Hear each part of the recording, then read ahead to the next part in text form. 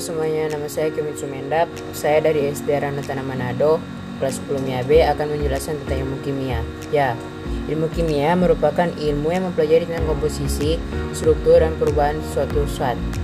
Ilmu ini akan erat kaitannya dengan permasalahan-permasalahan sifat suatu unsur dan atom. Dan juga ilmu kimia ini bermanfaat dalam kehidupan kita sehari-hari loh. Contohnya, yang pertama, bidang pertanian. Manfaat ilmu kimia dalam bidang pertanian adalah dalam produksi pupuk berfungsi menyuburkan tanah dan pestisida berfungsi untuk membasmi hama penyakit. Yang kedua, bidang biologi. Ilmu kimia bermanfaat dalam mempelajari interaksi dan proses yang berlangsung pada makhluk hidup. Contohnya adalah fotosintesis, pernapasan, pencernaan, makanan dalam tubuh, dan lain-lain.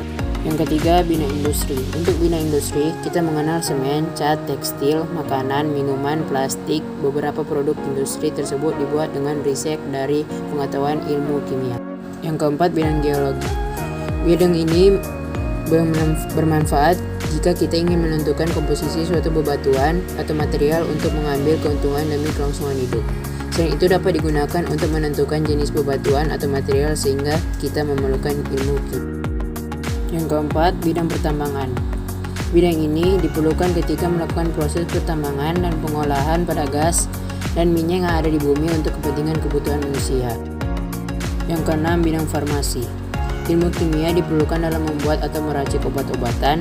Obat-obatan tersebut dibuat setelah melalui pengkajian dari proses dan reaksi bahan-bahan kimia. Sekarang saya akan menjelaskan tentang gas rumah kaca. Fungsi gas rumah kaca untuk menjaga kestabilan temperatur bumi. Berkat gas rumah kaca juga, manusia, hewan, serta bumi bisa hidup. Gas rumah kaca dibutuhkan untuk menunjang kehidupan di bumi. Namun terlalu banyak gas rumah kaca di bumi juga tidak baik, sebab bumi bisa terlalu panas atau yang kini kita sebut sebagai pemanasan global. Lalu bagaimana proses terjadi efek rumah kaca?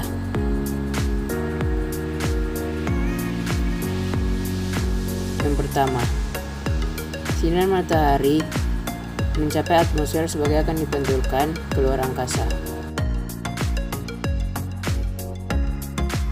2. Sinar yang masuk ke bumi diserap oleh tanah dan lautan untuk menghangatkan bumi. Yang ketiga, panas dari bumi kembali terpancar ke angkasa.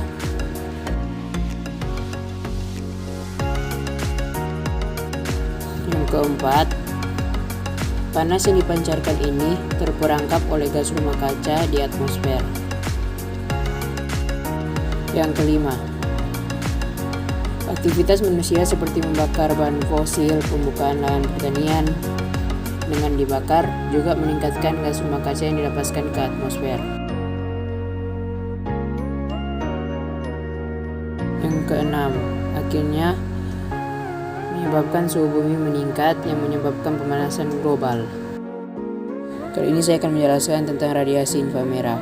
Radiasi inframerah adalah tipe radiasi energi yang tak tampak oleh mata manusia, namun dapat kita rasakan panasnya. Sekarang saya akan menjelaskan tentang vibrasi molekul.